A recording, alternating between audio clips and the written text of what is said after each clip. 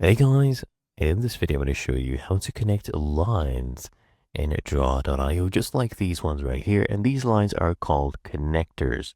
So let me show you how to bring these about.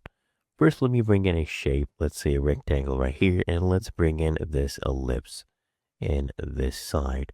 And then all you need to do is click on one of the shapes, and then once I hover over one of these connectors, these points right here, you can see next to my cursor there's a plus icon. So I can drag out a line and just connect it with the other shape. So I can connect it to the edge right here. As you can see, there's a green circular, highlight there. I can place it here. That would connect the shape. What we can also do is you can easily as well go ahead and connect to the middle of the shape as well.